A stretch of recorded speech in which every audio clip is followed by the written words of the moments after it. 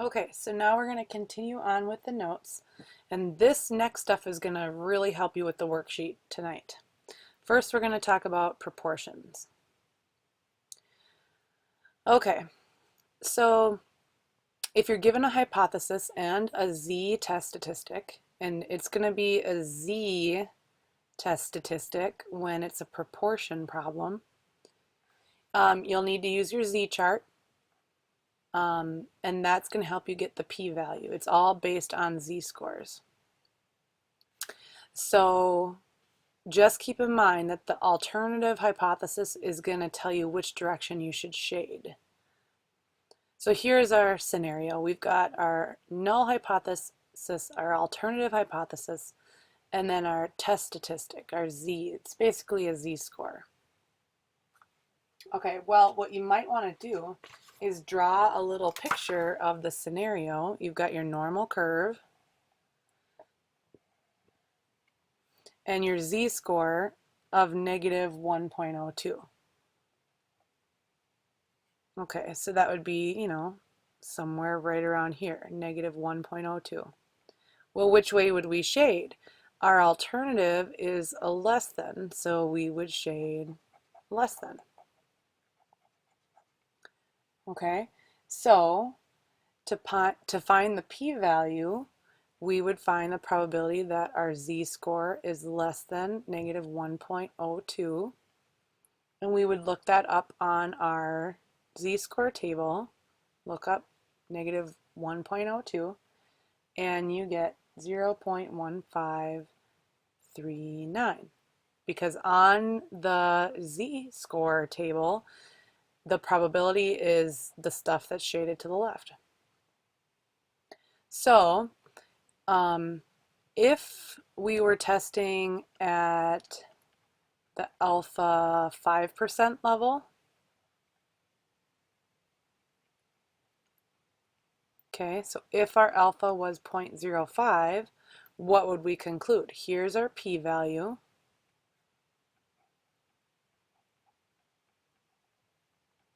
If alpha is 0.05, is our p-value more than or less than alpha? Okay, our p-value would be greater than alpha, so what would we do? If your p-value is greater than alpha, we would fail to reject.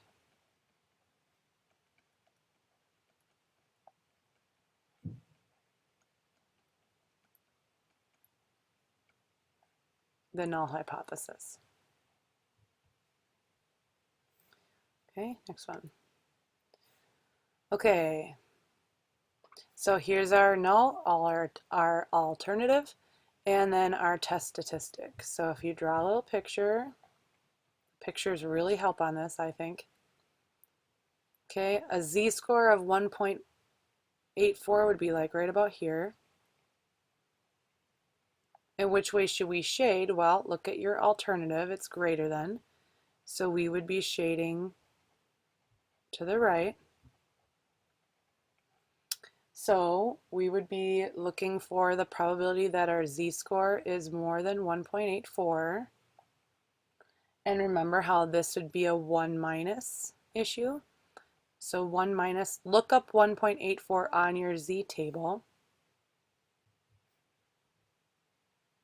Look up 1.84 on your z table.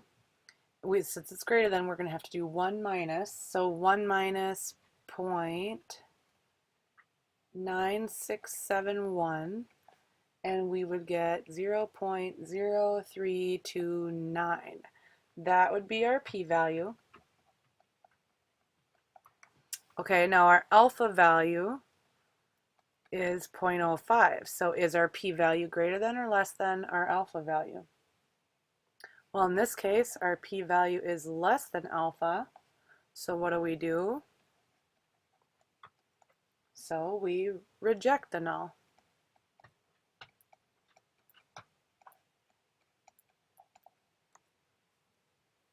Okay.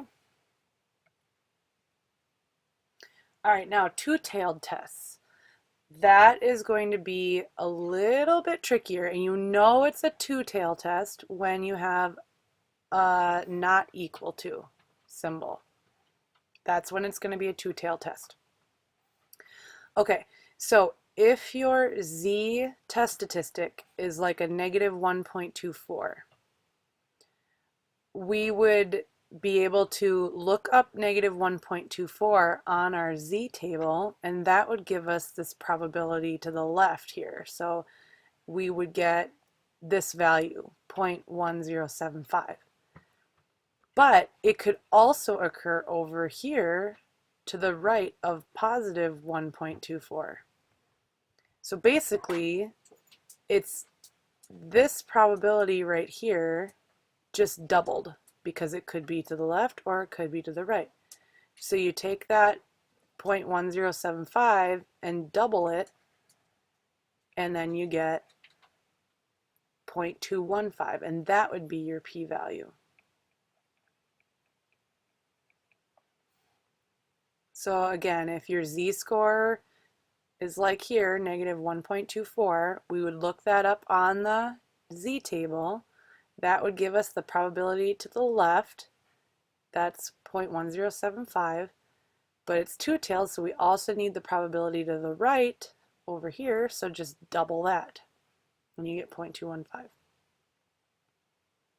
Same kind of scenario. Let's say our test statistic was 1.34.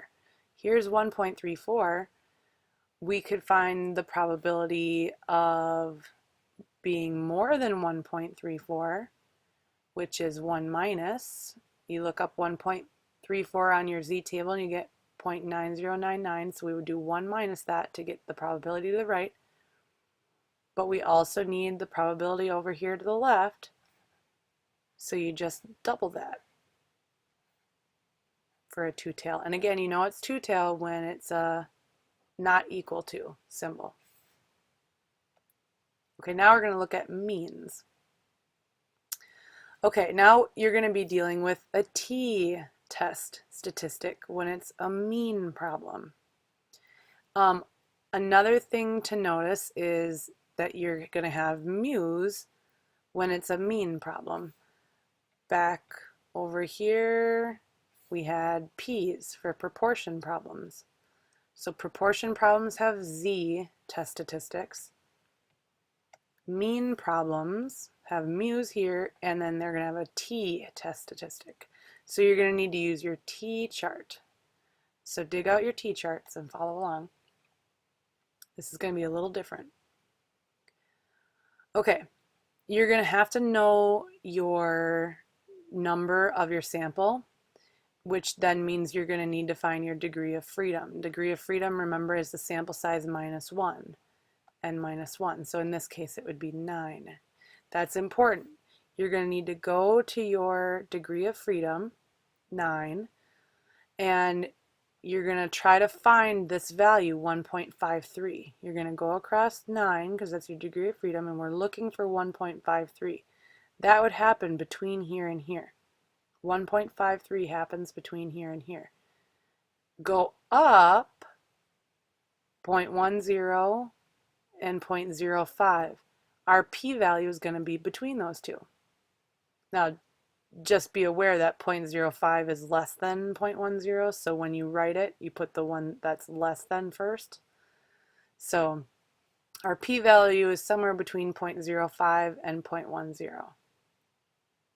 Now, if we were testing at the 10% alpha level, these numbers are less than 10%, so we would reject the null. If we were testing at the 5% level, these numbers are more than that alpha value. P would be more than alpha, so we would fail to reject. It totally depends on the alpha level, and that's what you know at the beginning of the problem. Okay, so we're going to practice finding our p-values. Also, just to point out, slide this over, when you're looking at your t distribution, the probability is shaded to the right, which is opposite of z distributions. Okay, so keep that in mind. It's the probability shaded to the right. Okay, so in this first one, we have a sample size of 15. So that would mean that our degree of freedom is 14. And our test statistic is 1.87. So maybe if you draw a little picture. Now I know it looks kind of like a normal curve, but remember t-distributions are bell-shaped as well and symmetric. Okay, so 1.87 would be like somewhere right about here. Which way do we shade? That's dependent on our alternative hypothesis, so we would shade to the right since it's a greater than. And that's nice and convenient because our T chart deals with stuff shaded to the right.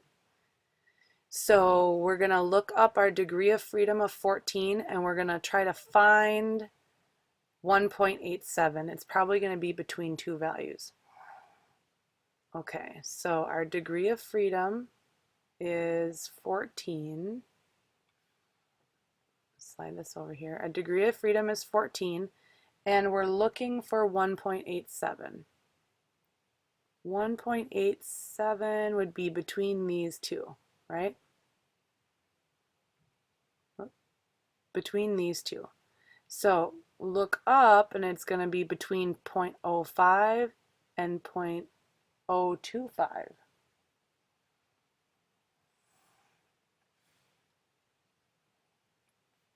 Okay, so this is going to be between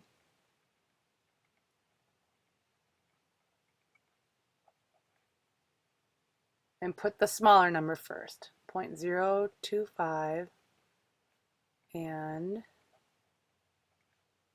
0.05. That is our p-value.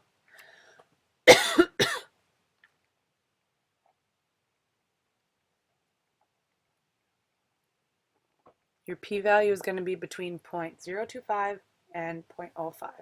Again, that's because our degree of freedom was 14 and we were looking for 1.87.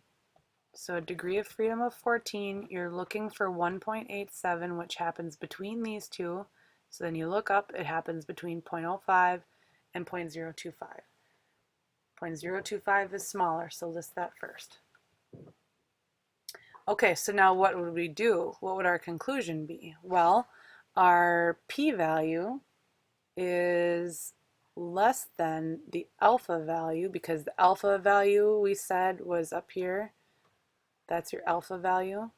Our alpha value is 0.05. These are less than alpha. So if your p-value is less than alpha, you reject the null.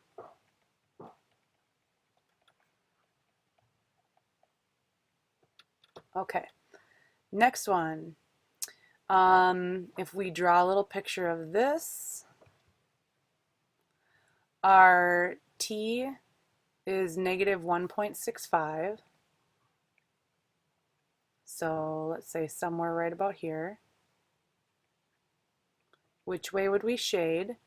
Look at your alternative is a less than. So we would be shading less than. All right, well, remember your T table is stuff shaded to the right instead. So it's easier to think about shaded stuff to the right. So this probability over here to the left of negative 1.65 would be the same as the probability to the right of positive 1.65. So if I found this, it would be the same as that. Now our sample size is 24, so our degree of freedom is 23.